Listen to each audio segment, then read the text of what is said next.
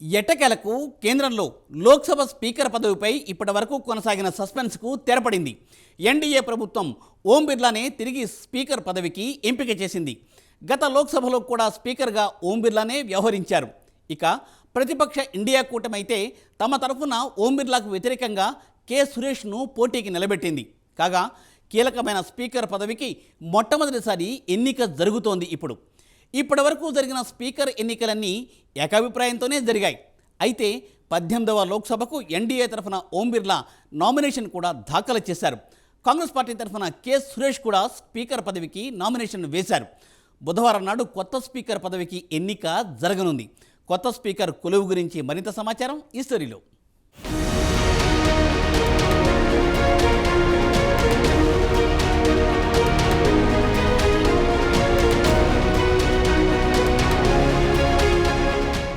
కేంద్రంలో ఎన్డీఏ ప్రభుత్వం కొలువుదీరింది. అయితే బీజేపీ సొంతంగా మెజారిటీ మార్కును చేరుకోలేకపోయింది. సింపుల్ మెజారిటీ మార్కు 272 స్థానాలకు గాను 240 వద్ద ఆగిపోయింది.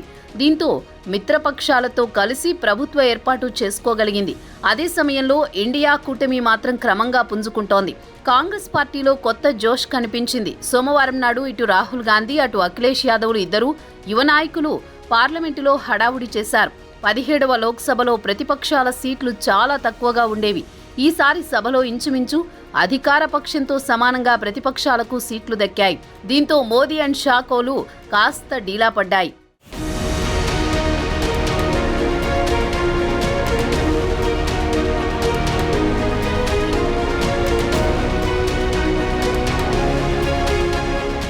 ఇక లోక్సభ స్పీకర్ ఎన్నికకు సమయం ఆసన్నమైంది. స్పీకర్ ఎంపికపై ఏకాభిప్రాయం కుదరలేదు. ఇప్పటి వరకు బీజేపీకి మెజారిటీ ఉంది కాబట్టి స్పీకర్ ఎంపికకు పెద్ద ఇబ్బంది లేకుండా పోయింది.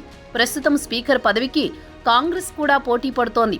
వాస్తవానికి స్పీకర్ పదవి అధికార పక్షానికి దక్కితే ప్రతిపక్షానికి డిప్యూటీ స్పీకర్ పదవి లభిస్తుంది. అయితే ఈసారి స్పీకర్ పదవికి కాంగ్రెస్ కూడా పోటీ పడుతోంది. ఎన్డీఏ తరపున ఓం బిర్లా మంగళవారం నాడు నామినేషన్ వేయగా కాంగ్రెస్ తరపున Congress MP K Suresh nomination వేశారు.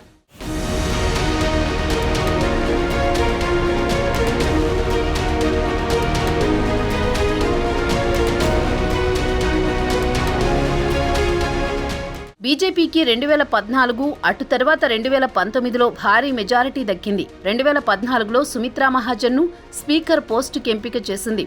ఇక ఆమె అభ్యర్థిత్వాన్ని అప్పుడు ఎవరూ సవాల్ చేయలేకపోయారు. అటు తర్వాత ఓం బిర్లా విషయానికి వస్తే అప్పుడు కూడా బీజేపీకి గట్టి సంఖ్యాబలం లభించింది కాబట్టి ఎలాంటి ఇబ్బంది లేకుండా పోయింది. అయితే 2024 వచ్చేసరికి సీన్ రివర్స్ అయింది. ప్రధానమంత్రి నరేంద్ర మోదీకి చెందిన బీజేపీ పార్లమెంట్లో 240 స్థానాలతో సింగిల్ లార్జెస్ట్ పార్టీగా నిలిచింది. సింపుల్ మెజారిటీకి 32 సీట్లు తగ్గాయి. దీంతో అధికారంలో కొనసాగడానికి ఇటు నితీష్ కుమార్కు చెందిన జేడీయూ అటు చంద్రబాబు నాయుడుకు చెందిన టీడీపీ మద్దతు అవసరమైంది.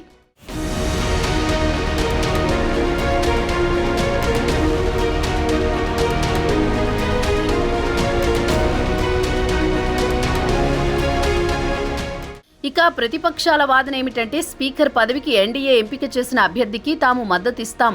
అయితే దీనికి బదులు డిప్యూటీ స్పీకర్ పదవిని ప్రతిపక్షాలకు అప్పగించాలని డిమాండ్ చేసింది. కాంగ్రెస్ అధ్యక్షుడు మల్లికార్జున్ ఖర్గే, బీజేపీ నాయకుడు రక్షణ శాఖ మంత్రి రాజ్నాథ్ సింగ్తో డిప్యూటీ స్పీకర్ పదవికి ప్రతిపక్షాలకు ఇవ్వాల్సిందేనని పట్టుబట్టారు.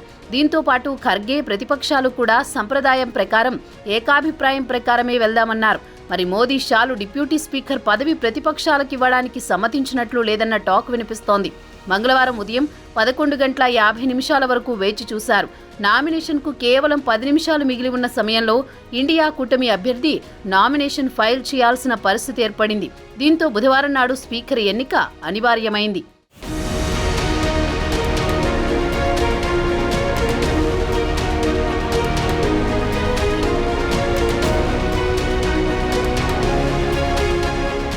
ఇక ఓం బిర్లా విషయానికి వస్తే ఆయన స్టూడెంట్ లీడర్గా ఉన్నప్పటి నుంచి బీజేపీ అనుబంధ సంస్థలతో కలిసి పనిచేశారు.